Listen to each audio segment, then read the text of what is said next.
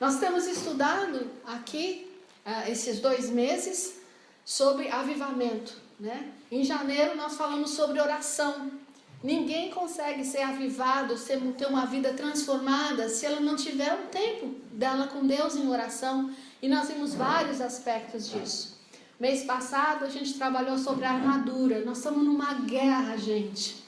Sabe? Normalmente a gente já está numa guerra espiritual, mas quando a gente fala que a gente quer ser avivado, que a gente quer andar conforme o Senhor manda, Satanás fica com muita raiva da gente. Ele tem ficado com muita raiva da nossa igreja e de pessoas que estão querendo levar Deus a sério, né? Então aparecem muitas coisas para atrapalhar a nossa caminhada, para desanimar a gente, porque é isso que o diabo quer fazer. E nesse mês, então, nós estamos aprendendo que um avivamento surge pelo conhecimento da palavra de Deus. E o tema que me deram para falar foi sobre devoção a Deus, né? Devoção a Deus é um elemento... Quem está olhando minhas coisas aqui? Quem tá? Ah, tá. Não sabe, pode colocar. E devoção é um elemento importante para um avivamento. Se você quer ter um avivamento na sua vida, se você não quer viver mais a mesmice, ou uma vida cristã que só vem na igreja, ou que ora de vez em quando, ou que pede oração quando as coisas estão ruins, ou quando fica feliz quando as coisas ficam boas, mas se você quer realmente um avivamento, um conhecimento de Deus, passa por uma devoção a Deus, né? E essa devoção é um elemento importantíssimo para que esse avivamento aconteça na nossa vida. Mas para a gente pensar devoção, o que é devoção? Pode virar o outro. O que é devoção? Qual a ideia que a gente tem de devoção? Dedicação. Vamos ver aqui, eu peguei no dicionário um monte de coisa. Vamos lá, pode botar. Piedade, que piedade quer dizer amor e respeito. Fervor, afeto, dedicação, veneração, apego, amor, afeição e até religião, que é o ato de nos religar a Deus, né? Então, olha quantas manifestações de devoção podem estar na nossa vida, quando a gente realmente tem uma devoção. E aqui nós estamos falando de devoção a Deus, né? Porque é muito fácil a gente se devotar a outras coisas, ao nosso trabalho. Tem gente que é super devotada ao trabalho. E trabalha, né? Meu filho e minha nora praticamente perderam um casamento de tanto trabalhar e de não olhar para as coisas que precisavam olhar, né? E aí pode tirar a gente do rumo. E tem outras coisas. Tem gente que se dedica a comer. Tem gente que se dedica a cozinhar. Tem gente que se dedica a namorar. Né? Tem gente, se for com o marido, né? Se for com o namorado que Deus quer, vem, senão pode ser um perigo, né? Mas o que não é devoção, então? Vamos lá, o que não é devoção, meu assistente? Tá aí tudo marcadinho para você colocar. É falta de zelo, é um desleixo, é um desmazelo, é um descuido, é um abandono, é uma indevoção, né? Então, quando eu não ligo mais para aquilo, as coisas podem ir do jeito que for. Eu acabo ficando desleixado, né? Não sou mais cuidadosa. Eu acabo sendo descuidada. Eu acabo abandonando, Eu acabo abandonando, né? Aquele desejo de apreciar, aquele desejo de estar pegado, aquele desejo de me dedicar, aquele fervor, aquele afeto, aquela afeição por Deus, né? Então, se eu quero saber agora se eu estou bem em devoção, eu posso olhar no contrário, né? Se essas coisas têm acontecido, eu não tenho tempo para Deus, eu não me dedico às coisas de Deus, eu não tenho vontade de estar com pessoas que estão buscando Deus, a minha vida está em torno de mim mesmo, então as coisas de Deus eu abandonei. Então, essa é uma maneira para você pensar. Eu nunca vou ter um avivamento de Deus. Esse é o resultado da minha vida. Eu não vou ter um avivamento de Deus. E eu queria lembrar umas coisinhas aqui. Antes de entrar no Salmo 119, que é o trecho, eu estudei muito essa semana e teve uma coisa que eu aprendi e até queria compartilhar com vocês. E depois posso até dar o site, porque eu não vou falar muito sobre isso. Eu acho que vale a pena vocês verem. Mas... para quem que é a minha devoção? Põe essa interrogação na sua cabeça. O que você faz, até no trabalho de Deus, para quem é a sua devoção? Dando aula em seminário, estudando no seminário, pregando na igreja, dando aula na escola dominical, cuidando de crianças, sei lá. Para quem que é a sua devoção? E eu fiquei me lembrando, né, que quando eu era criança, faziam aquelas brincadeiras de criança, se juntava então, a gente ia lá lutar contra um outro time. E aí tinham as pessoas que eram as pessoas mais fortes, né? As pessoas que esse aqui é um grande oponente, tem que tomar cuidado. Mas aí tinha aqueles que eram assim, a gente falava café com leite. Não era ameaça nenhuma, né? E tinha aqueles que nem valia a pena a gente lutar, né? E isso nos lembra uma maneira que o povo de Deus agiu quando eles começaram a deixar a sua devoção. O oposto da fé, o oposto da nossa devoção, sabe o que é? Uma palavra muito pesada. Idolatria. Quando eu não dou minha devoção a Deus, com certeza eu vou dar minha devoção a outra coisa, que considero o maior valor. Pode ser um filho, né? Que eu amei. Essa semana eu brinquei de vovó. 3 dias na semana eu tô morrendo de saudade da Maria Beatriz, né? Foi uma delícia. Eu estava falando para o Rubens, estou sentindo falta do cheirinho, né? Mas me devotei a ela ali algumas horas e graças a Deus Carol e Cláudia estavam comigo porque eu não conseguia fazer o tempo todo sozinha. Mas quando eu não tenho uma devoção real a Deus, eu vou devotar a outra coisa. Pode ser até a minha dor. Às vezes nós nos prostramos diante da nossa dor e a gente não consegue ver outra saída, né? Ou da nossa alegria, a gente está tão feliz com tudo, minha vida está muito boa, eu já tenho emprego, tenho sustento, tenho tudo, e a gente começa a se relaxar, ficar desleixado, como a gente viu, né? Então, o que acontece quando nós deixamos a devoção? Se a gente for lá para Juízes, capítulo 2, foi quando Josué entrou na terra prometida. E aquela geração de Josué era uma geração que tinha experimentado Deus, que tinha vivido com Deus. Então nós podíamos imaginar aqui 3 cadeiras, né, vazias. Então nós podemos pensar que a geração de Josué foi a geração do compromisso, né? Primeiro Deus e depois eu. Essa foi a geração de Josué. Eles estavam com tudo tão fresquinho na cabeça das coisas que Deus tinha feito, que então para eles continuavam na devoção. Deus em primeiro lugar, depois eu. Aí veio a segunda geração. Vamos pensar numa segunda cadeira aqui, uma segunda posição. A segunda geração ouviu tudo que Deus fez com a geração de Josué. Então eles sabiam que Deus é poderoso, eles até gostavam de ouvir as histórias, eles oravam e faziam as coisas, mas não eram com as suas próprias experiências, era daquilo que eles tinham vivido e tinham escutado da experiência dos seus pais. Muitas vezes nós estamos na igreja e já passamos por um momento bom, mas a gente vê outras pessoas e a gente fala, realmente Deus ouve oração, realmente a palavra de Deus falou comigo, mas falou através de alguém, mas e eu? Como é que eu ando? Como é que eu busco? Eu sou de uma geração que só escuto o que Deus faz ou eu experimento o que Deus faz na minha vida? E quando eu sou nessa geração que só escuto o que faz na vida dos outros e não busco fazer na minha vida, eu tenho a tendência de cair numa mornidão. Eu começo a ficar morno. E Deus fala que Ele vomita da sua boca o morto, né? A segunda geração viveu das histórias dos seus pais, eles serviam a Deus, mas não conheciam a Deus, não tinham que dar para a próxima geração. Porque eles receberam de alguém que conhecia, mas eles não tinham que dar para a próxima geração. Nós somos primeira geração de crentes na nossa família, eu e o Rubens. Então, nós passamos para os nossos filhos tudo o que nós sabemos de Deus.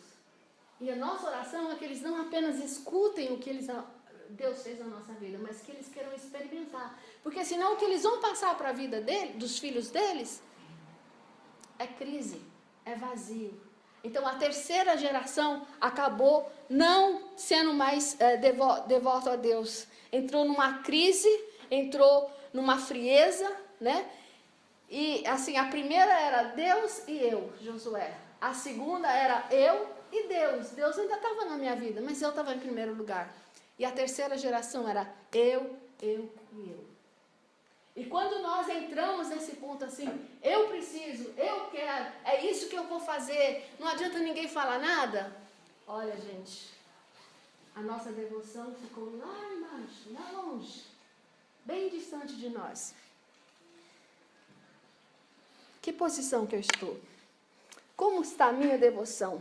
O que eu vou deixar de legado para a próxima geração?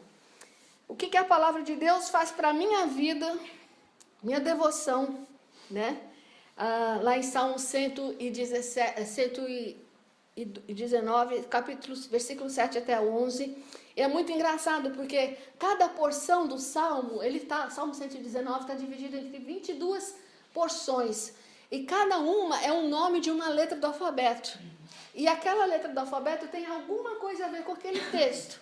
Como nós vamos falar aqui misturado os dois versículos aqui, eles estão, o 7 e o 11 estão junto de duas porções, eu não vou tocar muito, eu vou tocar mais para frente sobre isso. Mas o Salmo 119, ele vai nos ensinar como é que a gente pode ter devoção. Se você, meu irmão, não lê a palavra de Deus, se você nunca tem tempo para escutar o que a palavra de Deus diz, a sua vida está uma ruína de devoção. Não tem como, não tem como. Se eu nunca tenho tempo para ouvir o que Deus está falando, não tem como. Não sei se usa essa palavra aqui, mas as coisas não acontecem por osmose, do nada. Acontece porque a palavra de Deus diz. Se eu quero conhecer Deus, se eu quero entender quem Deus é, eu preciso descobrir o que Ele é, onde está escrito, é na palavra dEle. E nós não estamos, às vezes eu penso assim, que a gente brinca com esse negócio de tema na nossa igreja, né? Um ano foi compromisso, outro ano foi intimidade, esse ano estamos falando de avivamento, e depois passa e todo mundo esquece. Não é nesse sentido que a gente debruça horas e horas como liderança, pensando o que Deus quer, buscando o que Deus quer para a nossa igreja, porque é para a nossa vida ser transformada. Nós não estamos aqui para brincar de crente, nós não estamos aqui para brincar de ser parte de uma comunidade. Todo mundo é bem-vindo, é claro, uma hora quem está brincando vai levar a sério, mas nós precisamos prestar atenção, e nós precisamos pedir a Deus que nos faça amar a sua palavra. Na última mensagem, na primeira mensagem, o Rubens falou daquele trecho que o salmista dizia, como eu amo a tua lei, como eu amo a tua lei, é o meu prazer. Será que eu posso dizer isso como o salmista disse? Eu amo a tua lei. Eu tenho prazer de estar na tua palavra.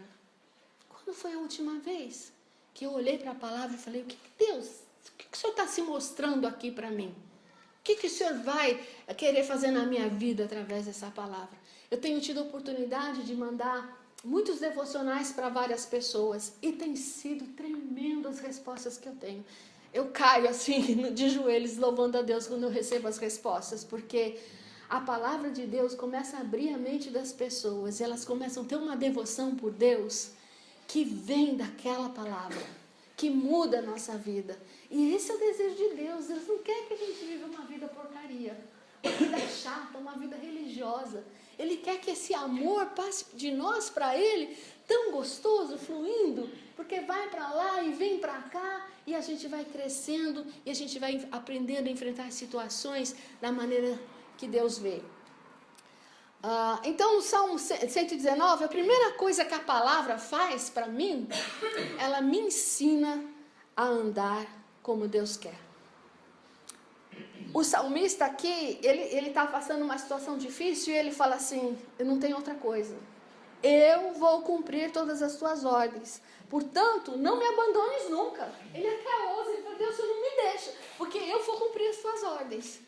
E isso dava a ele uma convicção de poder clamar a Deus o que ele precisava, porque ele estava aos pés de Deus. Às vezes nós queremos que Deus faça as coisas para nós, faça, mas nós não estamos aos pés de Deus. Às vezes nós oramos, mas não colocamos palavra.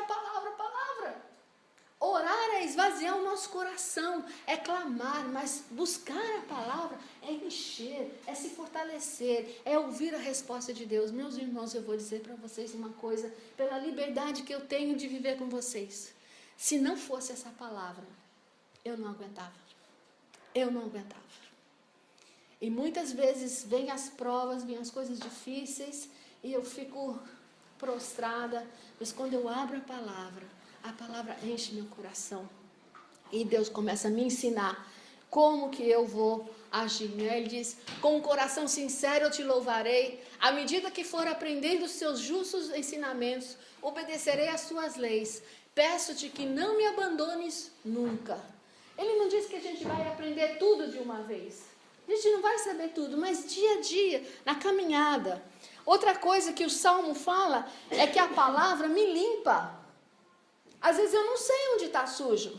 Eu tenho essa experiência, né? Eu não tenho ninguém me ajudando em casa agora, então nem sempre eu consigo limpar a casa, né? E quando eu começo a limpar, eu falo, tem uma sujeira aqui, tem outra sujeira ali, tem outra sujeira ali. Às vezes não dá para limpar tudo, né? Mas só quando eu olho para a sujeira que eu descubro, né? Que eu pego lá o detergente ou a coisa para limpar, que eu falo, nossa, aqui estava sujo.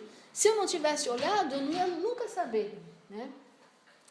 Então, a grande questão, né, que o salmista fala para Deus é como é que eu posso ter uma vida pura? E ele fala, não é só ler, é obedecer, né? Como pode um jovem ou qualquer pessoa conservar pura a sua vida? É só obedecer os teus mandamentos. Para eu obedecer, eu tenho que gostar de quem me dá a ordem, porque senão eu não obedeço. Senão eu não obedeço, eu só obedeço, só faço coisas de quem eu gosto, para quem eu agrado, que me agrada. Então, por isso que ela vem em segunda coisa. A primeira é um coração sincero, né? Aprender a andar com Deus, ele me ensina. E a segunda, então, é uma vida pura. E a terceira coisa que ele fala é que ele vai me livrar dos desvios. Eu sou sujeita a errar toda hora. Oh, meu Deus, como eu queria acertar sempre. Como eu queria ter uma boca que só abençoasse. Mas quantas vezes eu falo asneira, quantas vezes eu falo uma coisa que não abençoa, né? Acho que na última mensagem você estava aqui, eu falei, não vão embora e não sei o que. Depois eu fiquei tão mal, falei assim, puxa, falei daquele jeito com vocês, as palavras, os nomes, só na minha cabeça é incrível, eu estou velha mesmo, ou o alemão também pegar. Mas, quantas vezes eu queria acertar, né? E é quando eu vou para a palavra, que a palavra me mostra. E eu tenho que voltar, eu tenho que me arrepender, eu tenho que mudar de vida, eu tenho que tentar falar com a pessoa e tentar acertar comigo mesmo nos meus pensamentos, né? E o salmista diz, eu procuro te servir de todo o coração, não deixes que eu me desvie dos teus mandamentos. Então essa é a minha oração. Senhor, eu quero de todo o coração te obedecer, não me deixe desviar. É uma oração que Deus atende, é uma resposta que Deus vai te dar. E a outra coisa que ele fala é que ela é um tesouro que me livra de pecar, é uma segurança, ele me dá essa segurança, né? É uma fonte de vida dentro do meu coração. Ele fala, guardo no coração as tuas palavras, porque são elas que vão me ajudar a não pecar contra ti. E se eu não ponho palavra na minha boca, no meu coração, como é que eu não vou pecar? Vou pecar. Já colocando é complicado, se eu não colocar, eu vou pecar. Quanto tempo? Que momento? Como eu posso incluir na minha vida, no meu dia a dia, seja estudante, seja trabalho, seja o que for, o meu tempo com Deus? Como que eu posso dar uma aula? Jesus está ali comigo. Dirigindo, Jesus está ali comigo, né? Limpando, Jesus está ali comigo. Cuidando de alguém, Jesus está ali comigo. Que gostoso, que gostoso. Se você me olhar lá em casa no meio do dia, você vai achar meio louca se me filmassem, porque muitas vezes eu estou fazendo uma coisa e estou conversando com Deus, estou falando com Ele, né? Sexta-feira eu estava limpando a casa de banho e estava orando, Senhor, a tua palavra tem sido espalhada. A Bíblia diz que ela é como um martelo que quebra a penha, né? A madeira, esmiuça. Então, Senhor, quebra os corações das pessoas que estão ouvindo essa tua palavra. Quebra o meu coração. Passou 1 hora mais ou menos, eu recebi uma notícia de um coração que tinha sido quebrantado por causa da palavra. Então Deus faz, Ele quer atuar na nossa vida, Ele quer mudar. Eu preciso decidir se eu quero viver a mesmice da minha vida cristã. Minha vida cristã se reduz ao quê? Eu vim na igreja um pouquinho, eu ouvi a palavra, graças a Deus, não deixo de vir. Mas não é isso. Você vai ter uma vida miserável. Tem tanta coisa que Deus quer mostrar quando você realmente fala, Deus é o primeiro lugar da minha vida. E uma outra maneira é a gente agora vendo tudo isso aqui, quais são os resultados? Quais são os resultados que eu vejo na minha vida quando eu decido fazer isso? E agora eu vou entrar na porção principal. Não pense que eu vou fazer, estou tentando não falar muito, tá? Pedir para Deus para falar só aquilo que Ele quer. Mas nessa porção do Salmo 119, 105 até o 112, a palavra, a letra que esse trecho começa, é uma mesma letra que significa peixe. Peixe traz o que para nós? Os nutricionistas aí, as donas de casa. Proteínas, isso mesmo. E a proteína faz o que com a nossa musculatura? Fortalece, não é? Fortalece, as proteínas fortalecem. O carboidrato não, mas as proteínas fortalecem, né? E esse trecho desse salmo está falando sobre como fortalecer a nossa musculatura espiritual. E a primeira coisa que ele fala é que ele vai me dar uma visão. Eu vou aprender a enxergar. Ele vai falar, eu vou descobrir quem é Deus. Naquele tempo, quando ele vai falar sobre lâmpada para os meus pés, né? Naquele tempo as pessoas à noite andavam com uma lamparina. Não havia luz pública, né? Então eles andavam à noite para poder ver o caminho. E quando o salmista fala lâmpada, ele está falando assim, do jeito que você enxerga o teu caminho quando você caminha com aquela lamparina, eu vou fazer você enxergar. Às vezes nós queremos transformar uma pessoa, né? Não, você tem que ser isso. Mas não adianta, porque eu estou querendo que você veja com os meus olhos, né? Mas quando você enxergar com os olhos de Deus, e eu também enxergar com os olhos de Deus, é Deus que vai até me ensinar a dizer como é que você pode mudar e até vai dizer para você o que é que você tem que mudar. Porque a palavra de Deus é lâmpada para os meus pés, ilumina os meus passos, clareia o meu caminho. E quando o salmista entende isso, ele fala assim, eu faço um juramento aqui, né? E vou cumprir. Eu vou obedecer às tuas ordenanças. Eu não vou pisar no buraco. Quando a lamparina mostrar para mim que isso aqui é uma fria, eu vou sair daqui. Quando a palavra de Deus mostrar que esse relacionamento que eu estou tendo é errado, eu vou largar. Quando a palavra de Deus falar para mim, você está comendo demais, eu vou parar. E ele faz direitinho. Eu vou parar. Quando a palavra de Deus diz, você tem que fazer um exercício, eu vou fazer. E quanto resultado bom, é Sandra que está vendo na vida. Então Deus atua em todas as áreas da nossa vida. Isso que é gostoso. Deus vem para o nosso dia a dia, né? E aí a gente pode descobrir o que é que a gente vai evitar e o que é que a gente vai colocar para crescer. Outro resultado que tem na minha vida, que além de enxergar, né, além de ver as coisas, é que eu aprendo a louvar a Deus no meio das dificuldades, no meio das circunstâncias. Não seria muito bom, muito fixe, se a gente falasse assim, eu vou ser toda, minha devoção é toda para Deus, acabaram-se os meus problemas. Não, começaram os seus problemas, sinto muito.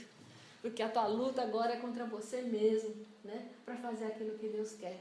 Mas ele fala, eu passei por muito sofrimento, mas o Senhor o preservou. A palavra de Deus nos preserva. E ele diz, Senhor, a minha vida, preserva a minha vida conforme a tua promessa. Aceita, Senhor, a oferta de louvor dos meus lábios. Ensina-me as tuas ordenanças. Ele então resolve olhar para todo o sofrimento dele. E em vez de ficar um murmurento, chato, infeliz, ele começa a louvar o Senhor e reconhecer cada livramento. Ontem eu tive uma pessoa em casa, a Leti, que é da nossa missão, e de repente nós começamos a falar daquele tempo que eu tive no hospital, né? E ela começou a me fazer um monte de perguntas. E a gente relembrou várias coisas, né? E eu estava dizendo para ela que no começo, quando eu olhava da minha janela e via uma amadora Sintra, quando eu passava por lá, eu tinha uma angústia, eu lembrava toda aquela aflição que eu passei lá, né? Mas que como Deus foi curando, como Deus foi livrando, hoje eu já posso olhar, às vezes quando minhas visitas vêm em casa, e falar, aquele é o meu hospital, né? E olhar que todo aquele sofrimento, hoje eu posso louvar a Deus, e pude louvar a Deus naquele momento, e posso levar outras pessoas a louvar a Deus naquele momento. Por quê? Porque eu sou melhor que alguém? Não. Porque a palavra de Deus me fortaleceu. A palavra de Deus me fez erguer os olhos para cima e ver que a vida não é só o que está aqui ao meu redor. E que há um Deus que olha por mim e há um Deus que cuida de mim. A terceira coisa que a gente vê é que quando eu busco a palavra, o meu fervor, lembra que fervor era uma das definições de devoção, né? A minha devoção cresce, né? Porque o livramento vem. A palavra de Deus para o salmista era uma arma contra seus inimigos e suas armadilhas. Quando a vida dele estava em perigo, era dessa palavra que ele se lembrava e nela permanecia. E ele fala, a minha vida está sempre em perigo, mas não me esqueço da tua lei. Os ímpios prepararam uma armadilha contra mim, mas não me desviei dos seus preceitos. Eu não sei exatamente se esse salmo foi escrito por Davi, porque alguns salmos a gente não tem a definição de quem foi, mas se a gente lembrar a vida de Davi, era assim. Era cercado de perigos. Era o filho que traía, era o amigo que traía, né? Era o rei que o perseguia o tempo todo, quando ele já era nomeado rei.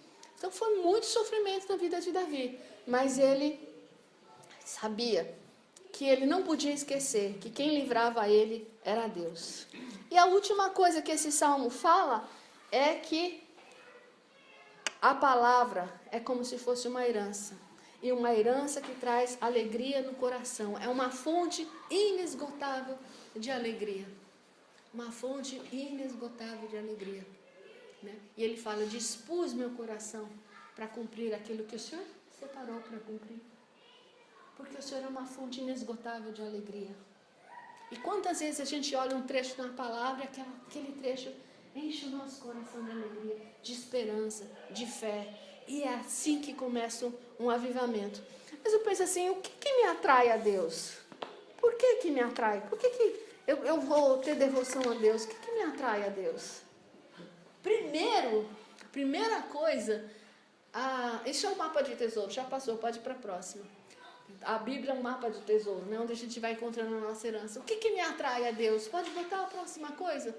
A palavra de Deus diz que eu sou o alvo do seu amor. Jeremias, ele fala assim, que Deus olhou para o seu povo e ele fala assim, com amor eterno te amei, com benignidade te atraí. Benignidade é amor leal. Então, primeiro Deus nos amou. Primeiro Deus olhou para nós e teve uma devoção inexplicável. Às vezes eu acho que Deus é meio masoquista, porque como é que Ele pode querer a gente? Essas porcarias que nós somos, que uma hora está bem, outra hora não está.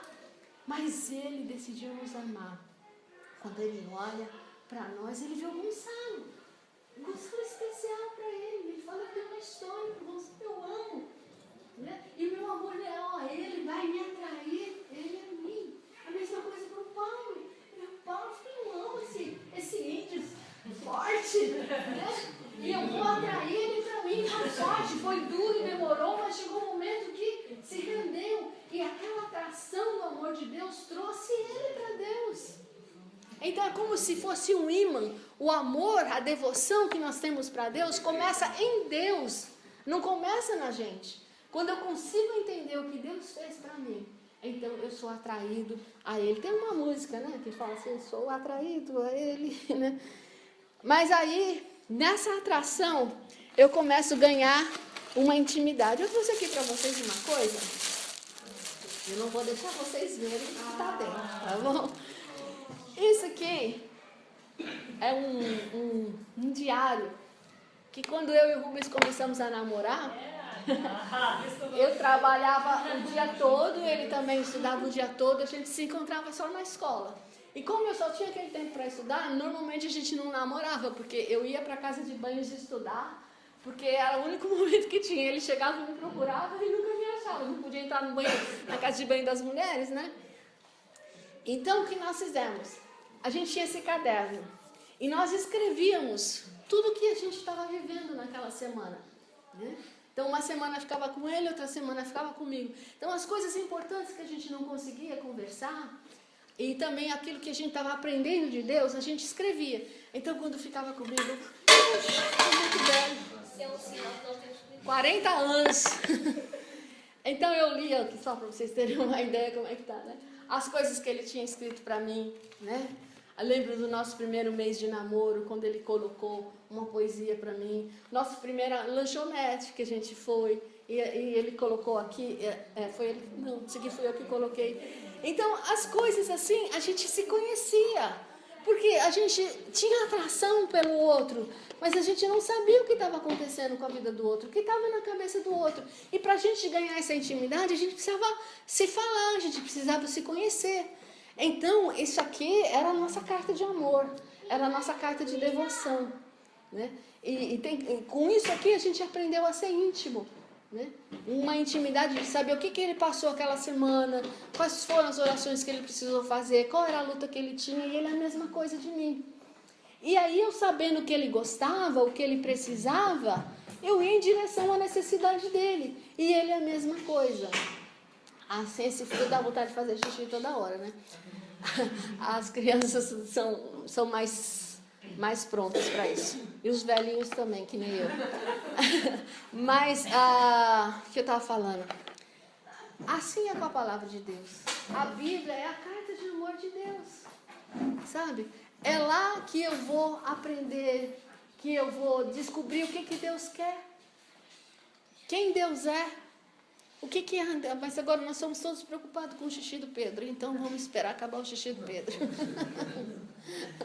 Então, assim que vai nascer na nossa intimidade. Eu queria falar umas 3 frases para vocês aqui que eu vou ler para não esquecer. Deus não precisa das nossas coisas.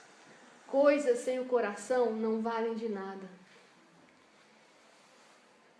São apenas mera religiosidade que ele abomina.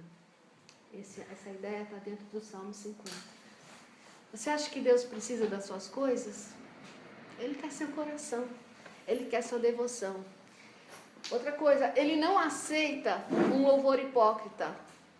E hipócrita não quer dizer fingido. Mas às vezes quer dizer que o nosso coração... Tchau, Pedro. Mas quer dizer que o nosso coração não está nem aí. Nós podemos cantar um monte de música gostosa, legal, fixe, que eu canto daqui, dali, me movimento, e não está nem aí por que eu estou falando. Como nós mentimos a Deus quando nós cantamos, gente, o lugar mais mentiroso que a gente é quando a gente está cantando. Não, nenhuma circunstância vai me tirar da tua mão, não, ai Senhor, a coisa está ruim, fica de lado. Então, aquilo que a gente fala pode ser uma coisa grande e mentirosa. E para essas pessoas, no Salmo 50 ele vai dizer isso. Ele não vai atender o clamor. Deus não vai atender o seu clamor. Sua vida está apagada. Não tem avivamento. Você fala, eu oro e Deus não responde. Será que eu estou sendo um hipócrita? Deus quer tratar o nosso coração. O centro desse salmo é de um coração agradecido que reconhece as obras de Deus, está pronto para clamar na angústia e ele honrará. E o louvor sempre vai vir antes do clamor, né? Um coração cheio de gratidão reconhece Deus e clama. Ele fala, oferece a Deus em sacrifício a sua gratidão, cumpra seus votos para com o Altíssimo e clame a mim no dia da angústia, e eu livrarei, e você me honrará. O que não é devoção, então? Nós vemos o que é devoção, mas e o que é? Nossa, ele já pôs tudo na minha frente. Meu Deus do céu, eu preciso andar com o negocinho aqui, porque não dá certo. Vamos lá. A primeira coisa que eu falei do caderno, né, é intimidade. A minha devoção, através da palavra, produz intimidade. Depois produz o quê, Paulo? Fábio? Uma percepção correta de Deus. Nós rebaixamos Deus ao mesmo nível em que nos encontramos. Muitos cristãos, quando exortados por seu comportamento errado, têm a pronta resposta. Qual que é? Eu acho que é assim. É assim que eu estou me sentindo bem. É assim que eu vou fazer. Eu. Então, Deus está aqui, né? Não, Deus, é assim que eu quero. Eu quero assim, mas é assim que eu quero. É assim que eu vou fazer. É uma percepção incorreta de quem Deus é. A nossa atitude sem a palavra nos faz entrar naquela terceira cadeira. Eu. Não mais Deus, eu. A terceira coisa que a gente vê, nós, quando estamos tendo devoção através da palavra, nós começamos a dizer sim aos caminhos de Deus. Deus, é assim que o Senhor quer. Mesmo que eu não queira, mesmo que eu não concorde, é assim que eu vou fazer. É assim que eu vou viver. E a última coisa, a nossa vida fica alinhada pela palavra. Não é mais pelo meu eu, não é mais pelo que as pessoas falam, não é mais por aquilo que eu tenho que fazer para agradar os outros, mas é pela vontade de Deus. Deus começa a alinhar a minha vida pela sua palavra. Deus fala-nos, e isso vai produzir então um avivamento, né? Deus fala-nos pela palavra o que precisa ser mudado, o avivamento que Ele tem para nós. E começa pela mudança, começa pela transformação. Nós deixamos então tudo com Ele, né? Deus quer que o busquemos, Ele quer atender nossas orações, mas isso requer obediência à sua palavra e um estilo de vida santificado. Fiquei pensando nas minhas considerações finais. O que eu aprendi com isso? O que você aprendeu com isso? Vou até dar aqui para você. Pode passar aí, Rubens? O pessoal? Tem aqui uns lápis, se você precisar, você pensar um pouquinho. Nós vivemos uma época de muitas opções de vida. Qual vai ser a sua? Qual vai ser a minha? Seguir a verdade de Deus ou viver como o meu eu acha que deve? Eu sinto assim. Eu acho que o melhor é assim. Né? Então, se eu não estou bem, eu deixo a comunhão. Se uma ordem de Deus não agrada meu coração, eu deixo de fazer. Buscar o avivamento, gente, é declarar guerra a Satanás. Você quer ficar sossegadinho na sua vida, seu eu mandando? Esquece essa história de avivamento. Deixa pra lá essa história de avivamento. Não entra nessa, não. Porque vai ser guerra. Satanás vai investir em você para destruir casamento, destruir relacionamento, para destruir a sua fé. Ele vai fazer tudo, né? Porque nós estamos dizendo sim para Deus. Eu quero ser pleno do Espírito. Eu quero fazer do meu coração um trono de louvores, onde não há lugar para o meu eu mandar. Eu fiquei pensando, como que eu agradeço a Deus por tudo que a palavra é? Uma herança mesmo para cuidarmos e aplicarmos na nossa vida. É autoridade para chutarmos o inimigo e suas armadilhas. É me fazer crer em cada promessa, por isso não desisto de orar, de interceder, de clamar pelos que estão longe, pelos que estão perto, que Deus traga de volta, que sejamos juntos aos pés de Jesus, firme na palavra.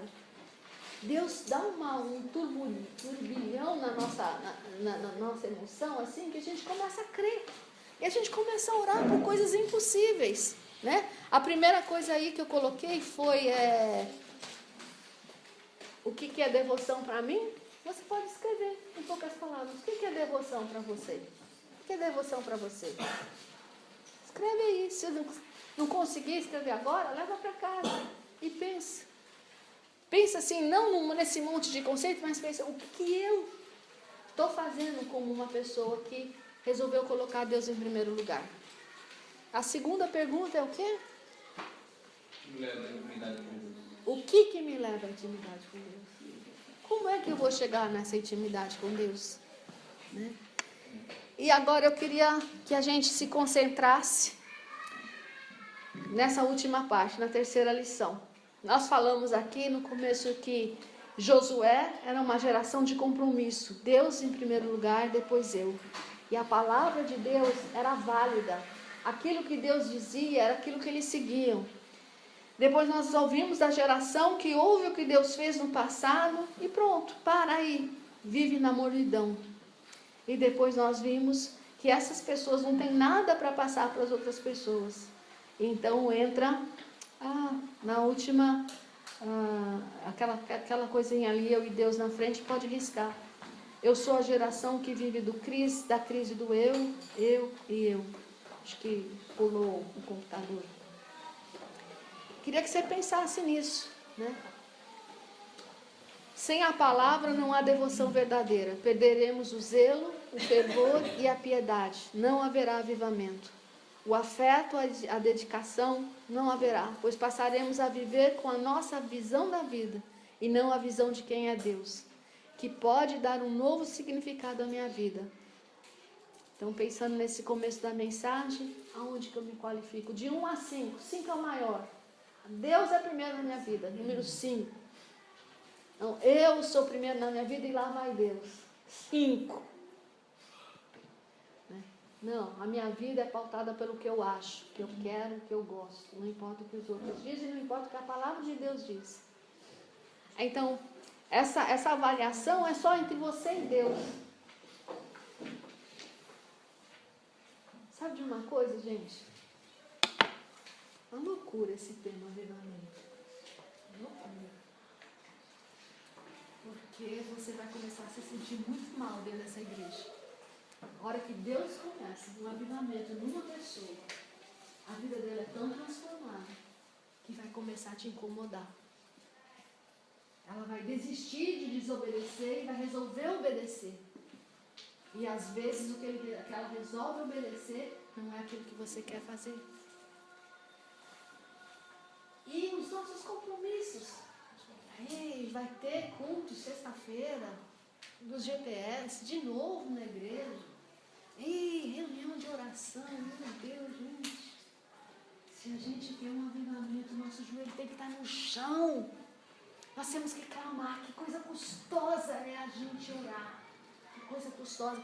Eu sei que todo mundo ora sozinho, mas nós precisamos orar como corpo, como grupo, buscando esse avivamento diante de Deus. Que coisa custosa. Quantas coisas acontecem naquela hora de oração. E a última coisa que aprendemos hoje é a palavra. Que coisa custosa a gente abrir a palavra. E ler. E ver que Deus está falando comigo e ter tempo de obedecer. Então, gente, tá aí um termômetro para você. Mede aí entre você e Deus, como é que está a sua devoção de Deus, a Deus. O que Deus é importante para você? Eu oro e eu choro por cada um de vocês. Eu choro por mim. Eu choro pelos meus filhos. E clamo a Deus, que Deus seja em primeiro lugar na nossa vida. Que a gente solte aquilo que está nos prendendo. Aquilo que as nossas emoções dizem que é o certo e está me trazendo infelicidade. E que me dê o prazer de estar na palavra de Deus. De buscar a palavra de Deus. Se você ainda não consegue ler em casa, pelo menos esteja aqui na igreja. Aprende um pouquinho. Tenta aplicar o que aprendeu essa semana. E o meu desejo para nós hoje é que quando você, talvez você ainda não pediu, talvez você ainda não falou, Deus, eu quero esse avivamento da minha vida. Às vezes nós falamos avivamento da igreja, mas talvez você ainda não falou, Deus, eu quero esse avivamento na minha vida. É para mim. Deus te dê amor pela palavra. Porque nela foi assim que eu aprendi a amar o Rubens. Eu fui conhecendo o dia a dia dele. E eu aprendi a amá-lo. E ele foi conhecendo o meu dia a dia. E ele aprendeu a me amar. Hoje nós não precisamos mais desse caderno. Hoje nós já conversamos livremente. Hoje nós temos todo o tempo juntos. Né? Um dia nós vamos estar assim lá no céu. Direto com Deus. Que bênção. Mas por enquanto nós precisamos daquele livrinho, da palavra. Para a gente conhecer melhor nosso Deus e falar, não, é esse Deus mesmo que eu quero. É esse Deus mesmo que eu quero. E eu vou obedecer. Amém? Vamos orar? Pai, a tua palavra foi entregue, Senhor. É contigo. Teu Espírito que pode fazer a obra. Mas eu sei que o Senhor amou cada um de nós aqui. Com amor eterno, com amor que não acaba. E com amor leal, o Senhor nos atraiu a Ti, Senhor. Que essa atração que o Senhor nos trouxe, Senhor, a Ti, nos leve a te buscar, a te conhecer, a realmente querer te amar, a ser fiel a te buscar com fervor, a vivermos uma unidade, o Senhor e nós, Pai. Reverte, Senhor, quando não temos mais eu e o Senhor. Não, Pai, eu quero o Senhor e depois eu. Livra-nos, Senhor, de sermos só eu e eu, Pai. Que nós possamos sentar naquela cadeira do compromisso, de buscar o Senhor, de crer na Tua palavra, de Te amar, de clamar. E quantas coisas vão acontecer, Senhor. A Tua palavra traz santidade, Senhor, traz santidade no nosso meio, Pai, em nome de Jesus. Aviva-nos, Senhor, aviva-nos. Que esse seja o clamor de cada um aqui, Senhor. Que o Senhor brote no coração de cada um esse desejo de ser avivado por Ti, Pai. No nome de Jesus. Amém.